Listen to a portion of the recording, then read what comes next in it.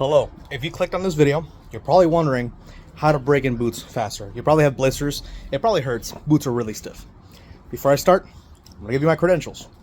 The 10 years in the Navy, broken plenty of stiff leather pairs of boots like these. Yeah, you're probably looking at these. These are my old ones. See how soft they are? And I have like 10 pairs of Doc Martens. And if you fell to the victim to the new Doc Martens at Ross, these things right here, you are going to regret life if you don't follow it. So there's going to be two ways that you can do this. There's a vegan way, and then there's a non-vegan way. The first one would be with what you call mink oil, right? You can get it on Amazon, you can get it a lot of places. Now, do not confuse mink oil, and don't ask, hey, can I use olive oil? Can I use cooking oil? Yeah, you could. As a matter of fact, boots will get really soft in the military if you dip them in oil, which would have to be like diesel oil, stuff like that. Don't recommend it. Gives you cancer, by the way. Mink oil will not only help soften the leather, but will also protect it, keep it a nice color. Mind you, if you have boots that are not black, like they're brown, it'll make it look significantly different. Like light brown boots might become darker brown boots. So just a word of advice with mink oil. The second way would be using a vegan or non-animal based way, right? So you can use such thing as petroleum, right? Like petroleum jelly, because I've seen people use Carmex, and especially you would put Carmex like right here on the creases in the back, because right here in the inside of the boot there's like the tongue that like joins in the middle of the with the stitching. So you put Carmex in there. But why do all that? We're gonna have mink oil. But we got the smart idea of using cocoa butter. Cocoa butter, you can do it, and it'll make them really soft. Leather is skin. It's cow skin, right? So you need to moisturize it.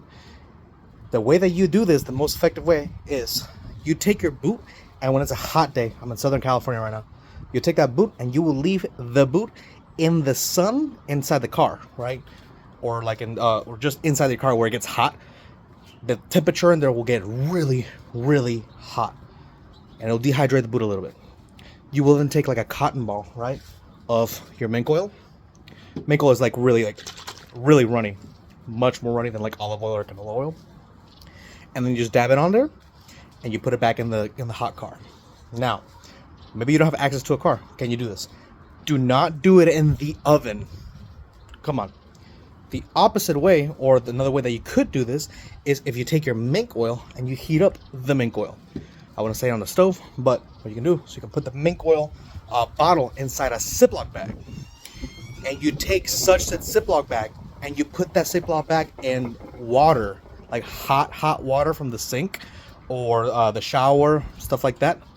That will heat up the oil and it'll make it penetrate the boot faster.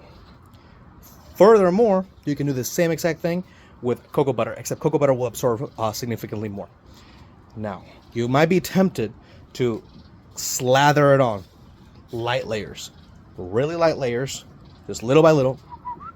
Wear them, stretch them, everything. Do not, for some reason, soak them in water. Do not do that. That will mess them up completely, right? Remember, leather is skin, and it's like, oh, it'll mold to your foot. I promise my boots have been underwater. Like, I've been underwater up to my chest with leather boots on.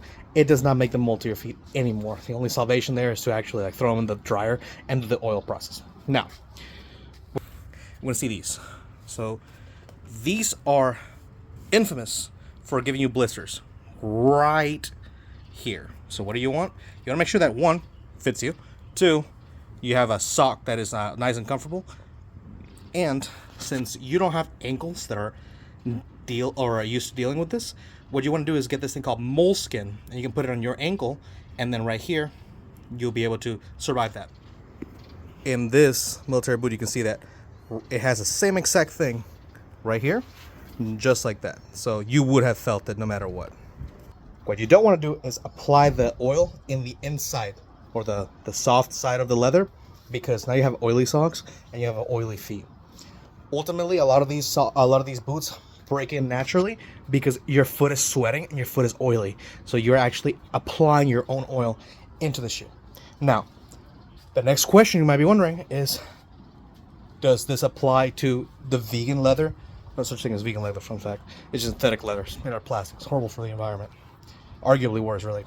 Anyways, can you do that to synthetic leather? Absolutely not, right? Because synthetic leather, fake leather, is made out of plastic. You add plastic to oil and vice versa. What happens? Do the math. And also, I haven't done it, but feel free to try and report it and let us know in the comment section. Anyways, hope your blisters get better. Hope your boots break in. I know you've been trying to wear these to school, or you just got done running your PRT in these. Good luck.